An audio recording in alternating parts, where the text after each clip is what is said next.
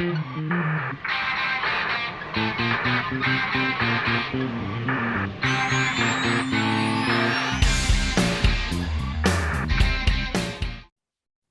friends. Welcome back to Love Wrestling. Spencer Love here, and I'm very, very lucky to have my second time guest on the show this week. Amy Rose joining me, of course, the premier, the most decorated manager in Ring of Honor history. Amy, it's really great to get the opportunity to chat. The more things change, the more they stay the same. Hey, like last time we chatted, you guys were heading into a big pay-per-view. Everybody was pumped for the LFI match that you were going to be, of course, managing. And then here we are, January 2022, and circumstances are very different as far as ROH goes. How are you doing? How did you sort of react to everything that went down over the last couple of months? I'm doing really good, actually. I was just as surprised as everyone else was when everything happened. And, it was unfortunate, but I also understand that's just business and things like this happen all the time. So, I was sad, but I'm also very hopeful for the future and I'm excited. We announced a show coming up soon. So I'm hopeful for what the future may bring. And that's what I was going to say first is like, it was very, very cool for me that ROH, when they announced their hiatus, there was obviously the online speculation that when, if, are they going to come back? But right out the gates in 2022, Super Card of Honor announced for April 1st. How cool is that for you that, again, it's come out so quickly? You're already sort of preparing for the next ROH pay-per-view. And you do sort of get to say, stick it to everybody that thought that was the end of ROH. Definitely. It's exciting, and I think it'll be a fresh start for a lot of us and for the company itself. So I think things are going to be very different going forward, and I'm very curious to see what exactly will change. And I was going to say, I'm sure there's not much you could even tell because you want to keep the big surprises, of course, for April 1st. But maybe are there any goals that you've got, or is there anything you specifically do want to do when ROH makes its return? Because again, you are the most decorated manager in Ring of Honor history. You've been everywhere and done everything, at least as far as the proverbial checklist would go to an outside perspective. So maybe is there anything that you still want to do, or any goals that you have with Ring of Honor specifically? Yeah, before everything kind of hit a pause button, I did have a big goal, and it was something that I was trying to, put into the works and achieve. But I really enjoy working with Max the Impaler. I think that Max has been incredible throughout this entire run together. And I really wanted to keep breaking barriers, and I wanted to show that Max could work in any division. And my main goal was to bring Max to a men's championship. Very cool. Very, very cool. You even start to see on the independent scenes. And of course, I've got a lot of love for Brian Malonis, but I don't have a lot of love for what happened a couple of weeks ago, taking the guitar. So I'll maybe stick my nose out of that outside of saying I'm very, very excited to see what goes on down the road there. But I'm excited as well to see what happens just with yourself and Max specifically, because you only got a small taste, I think, of what you guys could potentially do together in the women's tournament. Just take me a little bit through your experience working with them right off the bat and sort of developing that relationship compared to maybe the other factions or other individuals that you've maybe managed before. Definitely, Max and LFI are very different from each other, but to say the Max, least. definitely. But Max definitely drew my attention the first time I ever saw Max. They just stood out over everyone. Max, to me, instantly just had star power. And I felt that, there was just something a little bit missing. Max was a little more reserved, kind of holding back. And by figuring out, hey, if I team up with you, I will bring out the best in you. And I think that I've done that. And Max has grown so much from that first time they appeared on Ring of Honor up until now. And I think that they are absolutely dominating every single division that they've been a part of. So I'm super, super proud, and I love working with Max. I want to get back to the women's tournament shortly because, of course, ROH is highlighting that tournament specifically in their documentary that by the time this is released will be airing today. But I do want to pick a little bit there, a little bit on Max as well, again, because I was listening to an interview that you did with Warren Hayes. And like, a lot of people look at the managerial position as they're just coming out, they're accompanying someone to the ring. But I loved what you were saying there as far as bringing out the maximum potential, no pun intended, as far as Max the Impaler goes. Take me a little bit through, I guess, what a manager does do behind the scenes, because again, I think a lot of people maybe only see the surface level stuff sometimes.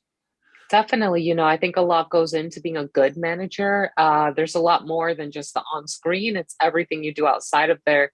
You know, you have to have a good support system, and you have to have someone that's going to be in your corner no matter what. So it's always good, especially as a manager.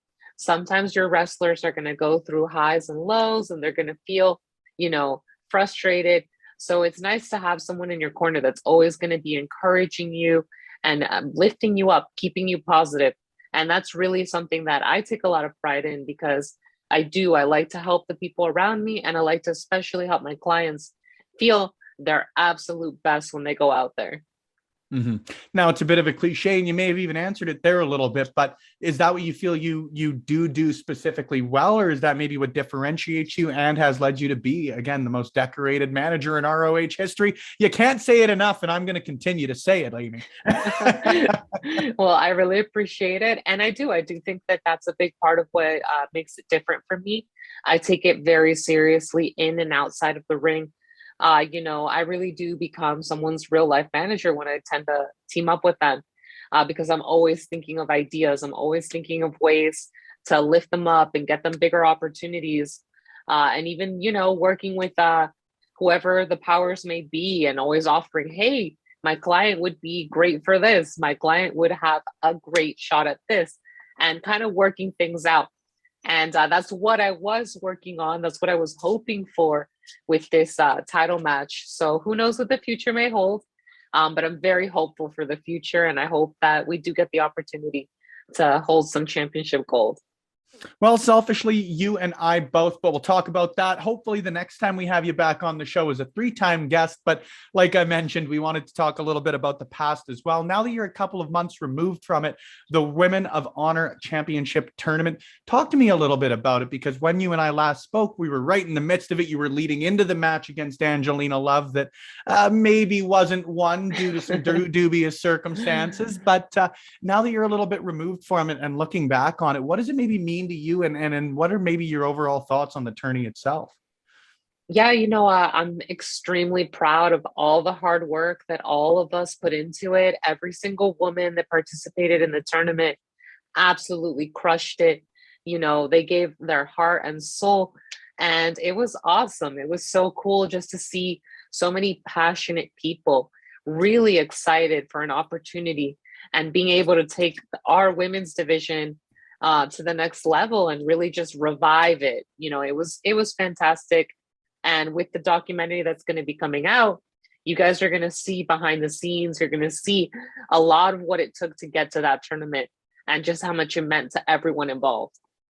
Yeah, again, I want to dig a little bit deeper with it, because as an outside individual, you can point to Maria Kanellis Bennett, and you can point to obviously the individual talents involved, but maybe what do you think has made this iteration of the Ring of Honor women's division maybe a little bit different than the previous attempts at launching? You've been there since 2016. You've really seen a lot more than a lot of the people even involved in that tournament had. So I maybe wanted to get your thoughts on that end of things. I spoke to some people recently about it, and I think what was very different this time around was we were finally feeling like the focus was on us. The women's division was getting the attention that it deserved. And a lot of the unsung heroes and people that, don't get a whole lot of praise, in my opinion, are people like Bobby Cruz and Maria Kanellis behind the scenes. They were working so hard to make this project special, and they were really taking everyone's voices into consideration, and really working as a collaborative team to make everything work. It was nice because all of the talent felt heard, and they all got the opportunity to really tell their stories. Like you'll see in the documentary, a lot of people are definitely going to have a lot more to say, a lot more to express, things that maybe didn't make it into the tournament themselves. behind the scenes, but I'm super excited for everyone to hear some more passionate stories and what it really took for these women to get to this level. But also just, what really made things different was, again, the attention, the focus put into our division, and finally feeling like, all right, you guys care, you're hearing us, and you want to make this the perfect tournament, the best product possible. It's wonderful to hear. It falls just right in line with, again, the way they treated people throughout the pandemic, right? Like, bit of an odd comparison, but just people being treated as people is a little more rare than you would sometimes hope in professional wrestling. So you really love to hear that. And I really love that you brought up Bobby Cruz, especially, considering last night there is a photo he sent out with your new Ring of Honor Women's World Champion, Deonna Purrazzo. Talk about that a little bit, because she's maybe, someone who took a bit of a longer path, for lack of a better way to put it. And again, maybe not entirely by choice in some situations, to become your women's world champion. What do you think? What do you think of your new and the second ever, I guess, Ring of Honor Women's World Champ? I think there's a little bit of a bittersweet feeling there because I loved Roxy's reign. I thought that she did such a good job and is an absolutely incredible star. I think she really can be the future of pro wrestling. So I was a little sad to see her lose. But on that same respect, I've known Deonna for quite a while. And I knew her when she was kind of already about to leave Ring of Honor. That was my first taste of, meeting her, seeing her skills. And to me, she was the best. She was one of the absolute best female wrestlers that I've ever had the privilege to see wrestle in front of me. And she just has grown so much even since then. To see her now becoming our champion, it's a huge deal. And it's insane to me that we have an Impact star as our Ring of Honor Women's Champion. I couldn't have ever guessed that was going to happen. Oh, man. And of course, we're going to talk a little bit about maybe some of the more dastardly side of Ring of Honor hopping into the Impact Wrestling locker room. But I do, again, just want to touch a little bit on Roxy. I'm glad you brought her up right off the bat there. But we talk about the second ever. Let's just take a minute and talk about what a damn great champion she was and what a damn great representative she was of Ring of Honor. So not so much a question, Amy, but just another opportunity for you to chat about someone who has done and will continue to do a great job for professional wrestling worldwide. Yeah, I'm super proud of everything that she's achieved. She's so young, and it was such a big opportunity to be placed into. But I thought that she did such a great job as our champion. And I've said it several times when people ask me, like, oh, what was your favorite match this year? What did you like? And I thought that Miranda Alizé and Roxy had the best match of 2021. And they crushed it. They made me incredibly proud to be part of the Ring of Honor women's division. As they absolutely should. Now, again, we talked about Maria Kanellis-Bennett a little bit earlier, and of course, we talked about her glowingly, as we should. But over the last couple of weeks, maybe some developments a little bit that some people might not appreciate with her. Of course, the OGK, Vincent, and PCO showing up and turning heads, for lack of a better way to put it, as far as Impact goes. So the question's twofold for you. Number one, just your general thoughts on how that's gone over the first couple of weeks of it. And then number two, you know me, I've got to dig a little bit. Are we maybe going to see Amy Rose and Max the Impaler showing up sooner rather than later? So I think it's actually really exciting. Like I said, we're taking kind of a pause right now, but it's nice to see all my friends, Ring of Honor, you become so close to everyone on the roster. So it's nice to see them keeping Ring of Honor alive and working in so many different places. Some people might not like what they're doing at Impact and find it, like you said, to be a little bit dastardly, but I think it's exciting. And I think it's, hey, Impact, what better way to make an impact, right? Yeah, no pun intended, right? And as far as Max and I, we never know where the future might hold. We don't know where we might end up, but hey, I can't say never say never. And that, friends, is why you've got to tune into, of course, Impact Wrestling and Ring of Honor when they return on April 1st. But before we close it out, Amy, I've got a couple of fan questions sourced from Twitter for you. First and foremost, I know you're a Pokemon fan, so are you as hyped as I am for Legend of Arceus? Oh yeah, I already pre-ordered. I cannot wait to play it. I think it's a very unique game and I'm super excited to try it out. You and I both. The second one I've got for you falls a little bit more on the pro wrestling end again, but now that maybe you've got a little bit more of an open playing field, for lack of a better way to put it, is there anyone else you'd potentially want to manage out there, whether with Ring of Honor specifically or out there on the independent scene right now? A couple people have asked me this recently too, and I actually have my eyes on several people. I think that there's a lot of amazing talent out there, and I feel that partnering with me is only going to take them to the next level. So I can't really say who or what, but I would say that I might be having some new clients pretty soon.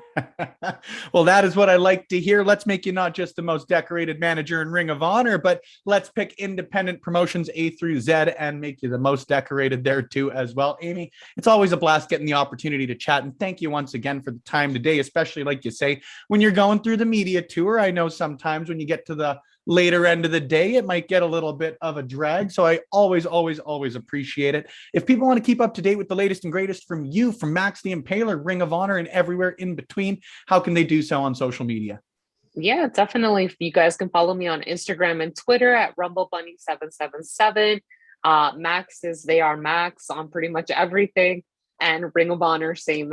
You can follow them on all those platforms. But specifically, if you guys want to show me some love, follow me. And again, friends, I highly recommend it. We want to support great pro wrestling managers, and of course, great people inside of professional wrestling. And Amy certainly checks all three of those boxes. So make sure that you are supporting the same way she chose to do so by appearing on the show today. If you want to keep up with the latest and greatest from Love Wrestling, you can follow us wherever audio is played and videos are viewed at Love Wrestling CA. You want the website, just put a dot in between Love Wrestling and the CA. You'll get everything in one fell swoop. And of course, friends, make sure that you tune in today, Saturday, January 15th, to Ring of Honor. They will be showcasing the Women of Honor tournament, of course, from a few months ago. Tune into that because the show itself was great, or the shows themselves, and of course, Women's Division Wednesday have been fantastic additions to the weekly wrestling calendar. So get a little bit of behind the scenes and support a promotion that did right by a lot of their talent for the last year. Thank you once again for Amy Rose. I have been Spencer Love, friends. We'll see you on the next one.